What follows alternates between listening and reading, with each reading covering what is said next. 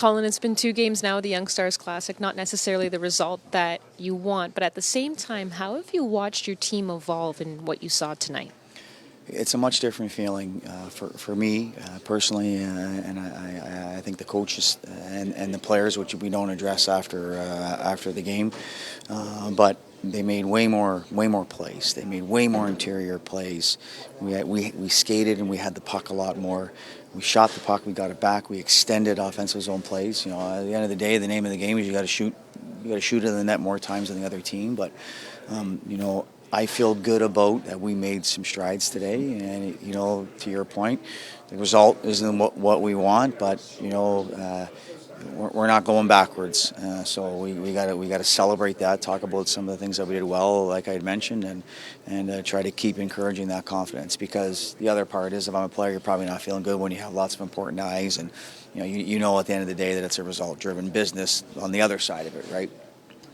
We knew the Battle of Alberta would be intense, especially with some of these guys playing in their first one. Connor Clattenburg really was able to bring up that intensity with the fight that he had. What did you see about him and his physical game that he brought tonight?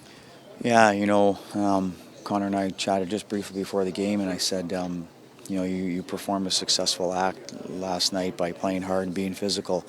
And what it means to be a professional is to perform multiple acts over and over again, and you know, do it again tonight, and then to have it against a different makeup of a team that is a team that has some physicality, has some big boys, has some players of his makeup. To know that on the other side, to be able to bring that right away. Is really encouraging. So you know, if I'm an Oilers fan, right, I get my hairs are standing up. Like you got something that's excited about to just to watch their development, and see where they can go. How about Matt Savoy? I mean, the last 30 minutes of that hockey game, I think we're accustomed to seeing that version of Matt Savoy. What did you see on the bench as number 22 tonight? More on. I was feeling them, you know, and I think you gotta, you know, you have a little bit of a game plan, of course, going in, but you gotta go off field, and when they're making plays and they're generating offense, they're darting holes, and you're feeling them. You gotta. If I'm a player, it's like, get me back out there, like that, like get me out there. So you know, some penalty kill time. We got them out there in some areas when the power play had been out there 30, 40 seconds, and so they were able to be fresh energy wise. You know, we almost had the equalizer there by a nice play to Sam. You know, Matt made the play, right?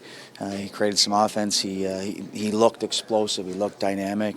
He had some real good moments. He set up, obviously, the first and only goal on a heavy forecheck, winning a battle. It wasn't just you know, this highlight reel type of offensive opportunity. So I think doing those things in different ways, I'm sure for him, he probably feels a lot better about his game today. So. Obviously, after that opening 20 minutes, it's very reminiscent of the opening 20 yesterday. What does it say about that group and their ability to bounce back? Because it's very easy to drop your shoulders in that situation, but instead they started playing some of their best hockey so far this weekend. Yeah, we felt that the second period was our best period so far. You know, before we obviously played the last one here, but you know, but we talked about after the first of understanding how we felt after the first period. We thought we responded well versus Vancouver, and then the second period, I'm not sure if we got the puck out of our zone, and it was, you know, 12-5 outshot or something along those lines that we would have liked to have back. So trying to learn from that experience and some of the things that we didn't like in the second period. It was a quick reminder.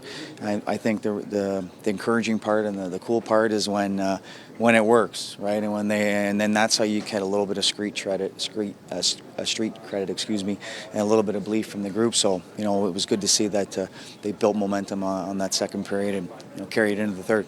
Conor Hunger is a goaltender that you might be seeing. I mean, he's turning pro this season. What did you think of his night? I mean, he really settled in after letting up those 2 goals. Yeah, he competed really hard. You know, like you said, he settled in, and I think at the pro level, it's about keeping it close, right? So you know, we get the too many men penalty there, which is on us, and you know, he's able to keep it in one goal, right? If they extend their lead there and make it 3-1, then it's probably so to make some big saves and timely saves to keep it within one goal, to keep it within reach.